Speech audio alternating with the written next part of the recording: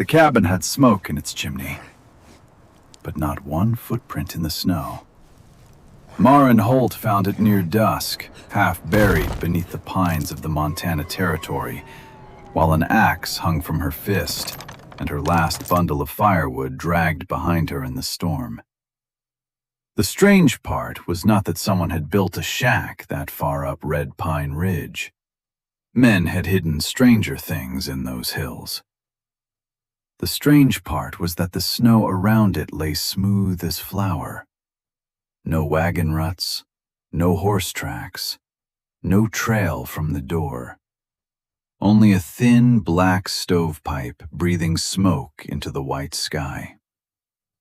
Back at the Holt place, her little brother Ben was sitting beside a dying iron stove with a quilt around his shoulders, pretending he was not scared. Their father had been in the ground since the spring fever, and winter had come early enough to make grief feel like one more chore. There was no hired man, no older brother, no neighbor close enough to hear a cry through weather like that.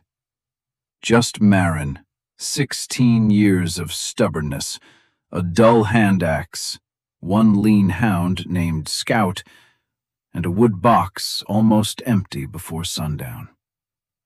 She had told Ben she would only go as far as the lower timber. She had meant it. But storms have a way of moving fences, wiping trails, and making a familiar ridge look like a country a person has never seen before. By the time Scout started barking ahead of her, Maren had already lost sight of the creek cottonwoods. Snow slapped sideways through the branches. Her eyelashes were rimmed with ice. Every breath scraped. Then Scout vanished between two leaning pines. Maren pushed after him, angry at the dog and more afraid than she wanted to admit. That was when she saw the cabin.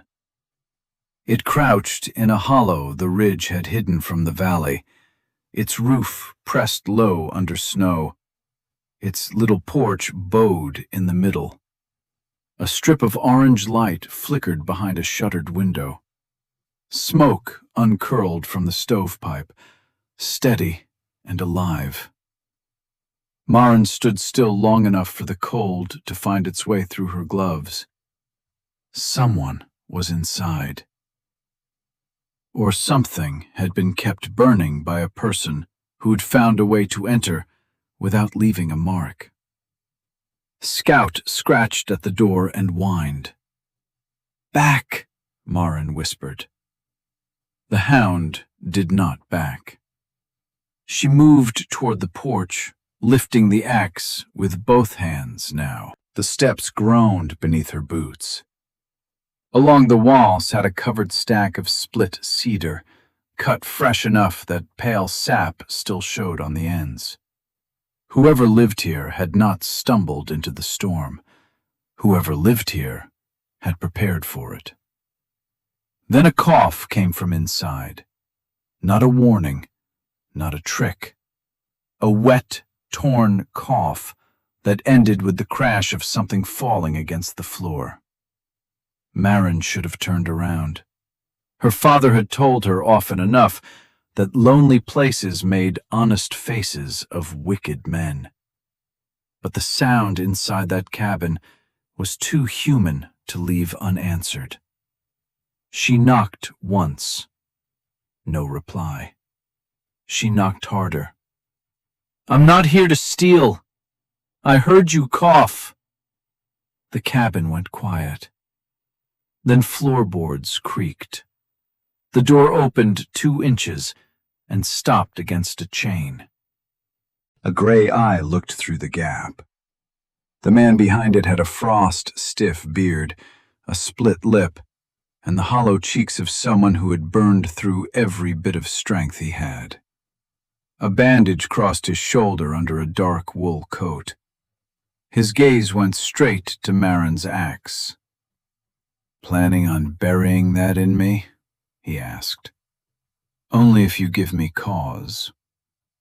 For half a second, something almost like humor moved in his face. Then he coughed again and sagged against the frame. Maren lowered the axe. "You're bleeding." "I've been told worse." "You live here?" His expression closed. "Not the way decent folks mean it." Scout growled softly near Maren's boots. The man looked down at the dog, and the hardness in him shifted. "That hound brought you?" "He brings trouble more often than help." "Sometimes trouble is help wearing a bad coat." The wind hammered the cabin. Snow burst across the porch like thrown sand. The man glanced past her into the trees. "You won't find your way down before full dark," he said. "I know the ridge." "Not tonight." He unhooked the chain and opened the door wider. Maren stepped into firelight, stamping snow from her boots. The cabin smelled of smoke, iron, and bitter medicine. A rifle leaned above the mantel. A pot trembled on the stove. On the table lay bloody cloth, a needle, a tin cup, and a leather satchel tied shut with rawhide. Then Maren saw the brass compass hanging from a nail beside the hearth. Her father's compass, the one that had disappeared the week before he died. The lid was scratched near the hinge, where he had carved 3 crooked letters as a boy. A.H. Maren forgot the cold. She forgot the storm. She even forgot the stranger watching her. "Where did you get that?" The man did not ask what she meant. His face had gone pale in a different way now. "You're Abram Holt's girl." Maren's fingers tightened around the axe handle. "Answer me." The man took one slow breath. "Your father gave it to me." "My father would not have given his compass to a stranger hiding in a ridge cabin." "I was not always a stranger." Before she could speak again, the hound's head snapped toward the window. Far off through the storm came the muffled rhythm of hooves. The man moved faster than sickness should have allowed. He took the rifle from above the mantel and pinched out the lamp flame. Firelight shrank against the walls. "Did anyone see you come this way?" he whispered. "No." "Are you certain?" "I came alone." "With a dog and an axe," he muttered. "That is not alone enough." The hoofbeats grew heavier, more than one horse. Maren could see dark shapes passing beyond the frosted window, circling through the trees. "Who are they?" she asked. The man did not answer. A voice cut through the storm from outside. "Ward, we know you're in there." Maren looked at him. "Ward?" "Silas Ward," he said quietly. "And if you want your brother alive come morning, you need to forget that name." A fist struck the cabin door so hard, dust fell from the rafters. "Open up before we burn you out." Silas kept the rifle low, but his hands were steady now. The weakness in him had not vanished. It had simply stepped aside for something older. Maren backed toward the stove. "What did you do?" Silas's eyes stayed on the door. "Less than they claim. Enough to be hunted." Another man outside shouted, "Hand over the satchel, and nobody else has to get hurt." Maren looked at the leather bag on the table. The room changed around it. A bag could be food, medicine, letters, money. Out here, it could also be the reason men lied, rode through blizzards, and shot into windows. Silas saw her looking and gave a tired, bitter nod. "That is what brought them." "What's in it?" "Names," he said. and gold enough to make liars brave. The door shook again. Scout barked, deep and furious. A horse snorted outside.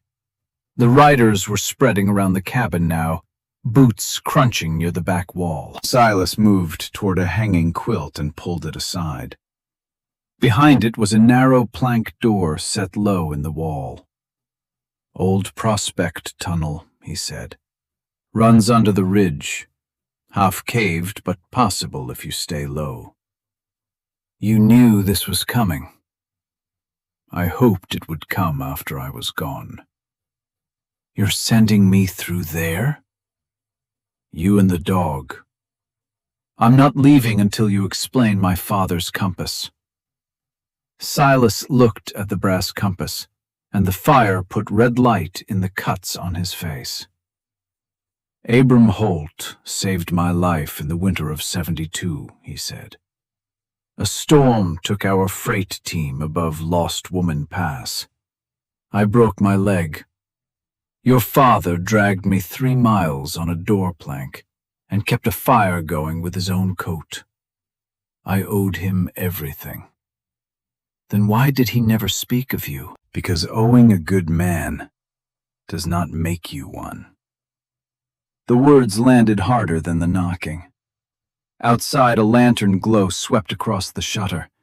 Silas lowered his voice. "Your father and I hauled payroll out of the Bitterroot mines when the camps started failing. Not rich men's money. Wages owed to dead miners' widows. Relief coins collected by men who still had a conscience. It was supposed to reach Helena under guard." Maren stared at him. "What happened?" "Jeb Rusk happened."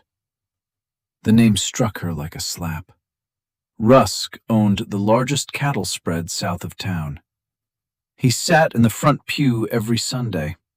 He extended credit to half the valley and took land from the other half with a smile and a ledger.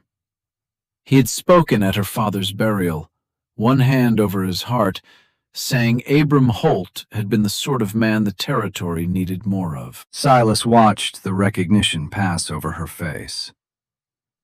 "Yes," he said. "That Jeb Rusk." A gunshot cracked through the front window. Glass burst inward.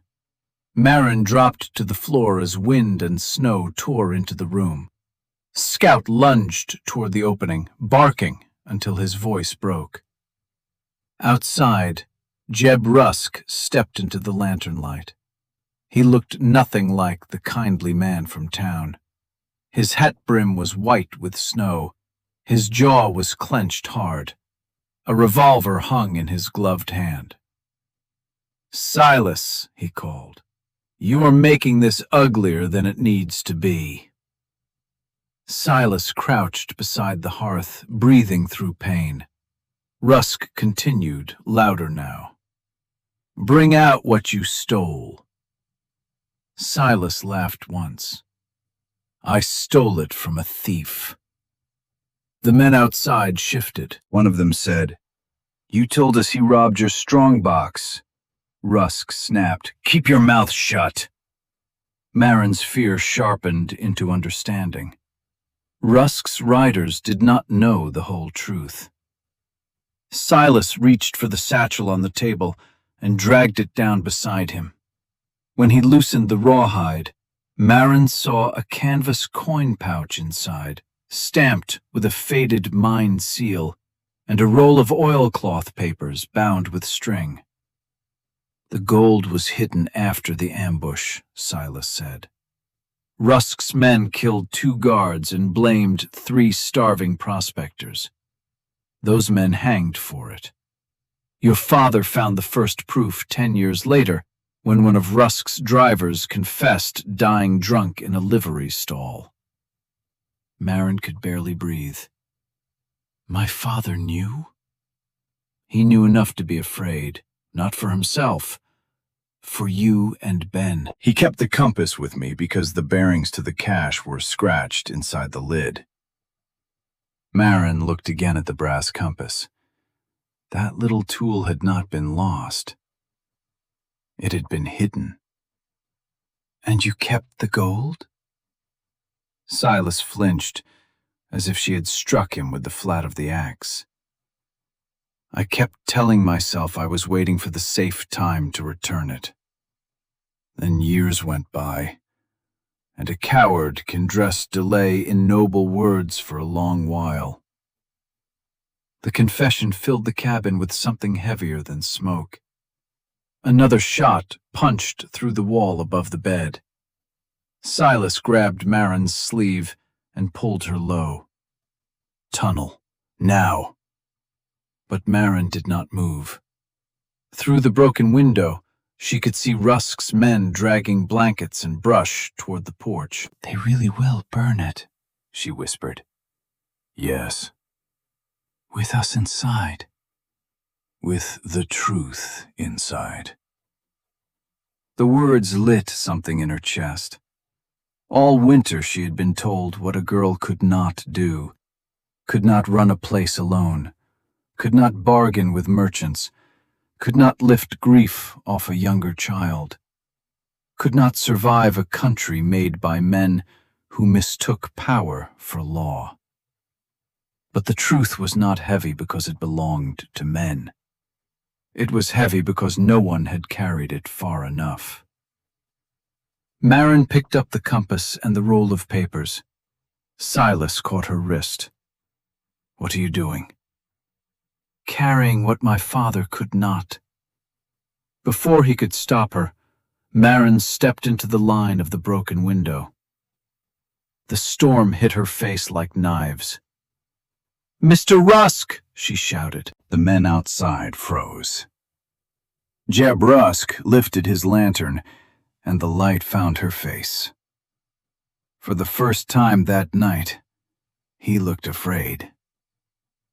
"Maren Holt," he said, too softly to be heard by anyone but the nearest riders. She held up the brass compass. "You stood at my father's grave and praised an honest man." Rusk's eyes flicked toward his hired men. "Go home, child." "I found what he hid." A rider near the porch turned toward Rusk. "What is she talking about?"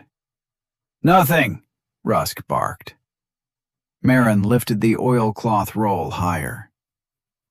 "There are names in here. Mine seals. Widow claims. Payments that never reached Helena. Men who hanged for your robbery." The storm seemed to pull back for one breath. Then one of the riders said, "You told us Ward killed those guards." Silas rose behind Maren, with the rifle braced against his good shoulder. His face was gray, but his voice carried. "I watched Rusk count the dead men's pay by lantern light." Rusk raised his revolver. Scout moved first. The hound exploded through the half-broken window and hit the porch in a spray of glass and snow. Rusk's horse reared at the noise. The lantern swung wild. One rider cursed and dove aside as flames spilled into the drift and died. In the confusion, Maren ducked as Rusk fired. Maren smashed the compass from her hand. It struck the floorboards, split open, and skidded near the hearth. Inside the lid, beneath years of tarnish, the scratched bearings flashed in the firelight. Every man at the porch saw them. Silas fired once into the air. The blast rolled over the ridge like thunder. "Next one goes lower," he shouted. Rusk looked from Silas to Maren, then to his own men. The authority he had worn so easily in town had no place in that clearing now. Out here, with the storm stripping every polite lie down to bone, he was just a frightened man holding a gun over stolen money. One rider stepped away from him, then another. "I did not sign up to burn a girl," one said. Rusk's face twisted. "You fools believe her?" "I believe that compass," the man answered. "And I believe you never told us there was a girl." For one long moment, Maren thought Rusk might shoot anyway. Instead, he backed toward his horse, hate burning in his eyes. "This valley will not thank you for dragging old sins into daylight," he said. Maren picked up the cracked compass. "Then it can learn." Rusk mounted and vanished between the pines, his horse fighting the snow. His men did not follow right away. Two stayed with their hands raised. One pulled off his hat and would not look at Maren. By dawn, the storm had blown itself empty. The world outside the hidden cabin glittered under a hard blue sky. The riders who had turned against Rusk helped bind Silas's shoulder and led Maren down the ridge, one man carrying the satchel, another carrying the rifle unloaded across both palms. Ben was still alive at the Holt place, wrapped in 3 blankets beside a stove gone nearly cold. He cried when he saw Maren, and tried to pretend he had not. 3 days later, the oilcloth papers were laid before the territorial marshal in Virginia City. Jeb Rusk denied everything until one of his own riders told the story first. The mine seal on the pouch matched claims still recorded in a courthouse ledger. The bearings in Abram Holt's compass led to the old cache under a collapsed freight shed, where the rest of the hidden coins lay sealed in a coffee tin, blackened by time. It took months to sort the money. Some widows had moved east, some had died. Some children of the dead miners were grown with families of their own. But coin by coin, name by name, the stolen wages found their way back into human hands. Rusk's ranch did not burn. His reputation did. Men stopped tipping their hats to him. Creditors stopped fearing his smile. By spring, he sold his herd at a loss and rode out of the valley before anyone could decide whether law or shame should reach him first. As for Silas Ward, he did not ask forgiveness. He stayed through the thaw, chopping cedar for the Holt stove with one arm until the other healed. He mended the barn door. He taught Ben how to set a clean snare and how to split kindling without cutting his thumb. When Maren asked why he did not leave, he looked toward the cracked brass compass on the mantel and said, "A debt can point a man home if he stops pretending it is a chain." That winter, the hidden cabin on Red Pine Ridge was not spoken of as a haunted place anymore. It became the place where smoke rose without tracks, the place where a dead man's compass opened, the place where buried truth finally found a road down the mountain. And years later, whenever snow came hard across the Montana pine, Maren would stand at her window and watch the white cover every old path. She knew then what her father had known. Snow can hide a trail. It cannot bury the truth forever.